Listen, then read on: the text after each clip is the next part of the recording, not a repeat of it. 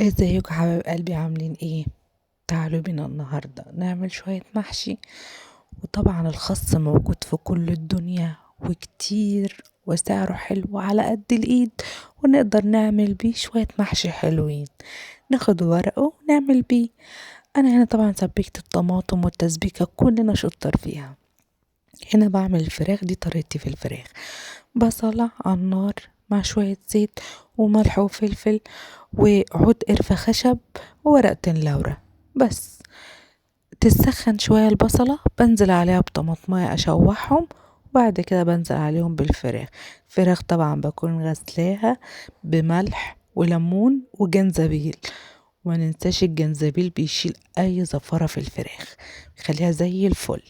اهي بديها تشويحة وبشوحها شوية مع البصلة وتنزل ميتها، تبقى زي الفل. اقلبها على الناحية التانية تاخد لون خفيف وانزل عليهم بالمية.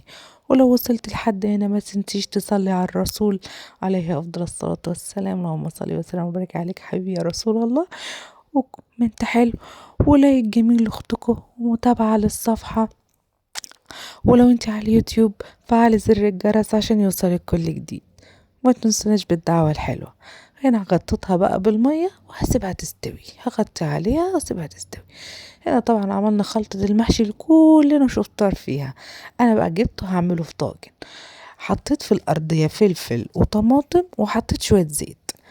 هنا بقى حاولت الفه، وبصراحة اللي هي الحاجبة دي لقيت نفسي مش عارفة، فرجعت لطريقتي العادية ان انا الفه زي صوابع زي ما انا عارفة، وبقفله من الجناب وبيبقى تحفة. واو، هلف الطاجن عشان هندخله في الفرن.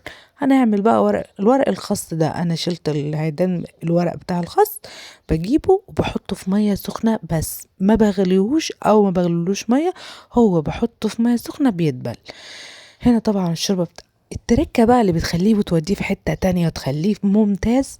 هما هتجيبي كام فص توم وتقطعيهم على الوش شرايح زي ما انا عاملة كده، وهو ده بينقله وليمونة. صدقيني هينقله في حتة تانية. التركية دي بتخلي ريحته تقلب البيت من جماله، وهيتاكل مش هيسيبولك منه صباع واحد. هنا ما كانش عندي صلصة فبشرت طماطمايه وحطيت عليها مرق الدجاج. انا بحبها، ما بتحبهاش ما تحطيهاش، المطبخ اختيار مش اجبار. وهنزل عليه بالشوربة السخنة وهعصر الليمونة على الوش.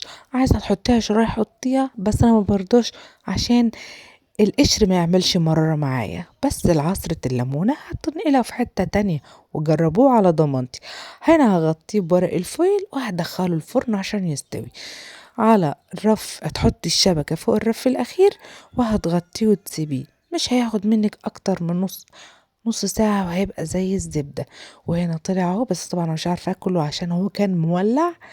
وهنا اهو حمرت طبعا الفراخ. ما تنسوش تجربوه وتقولوا رأيكم فيه، ويا ريت يا ريت تقولوا لي رأيكم فيه لو جربتوه. باي.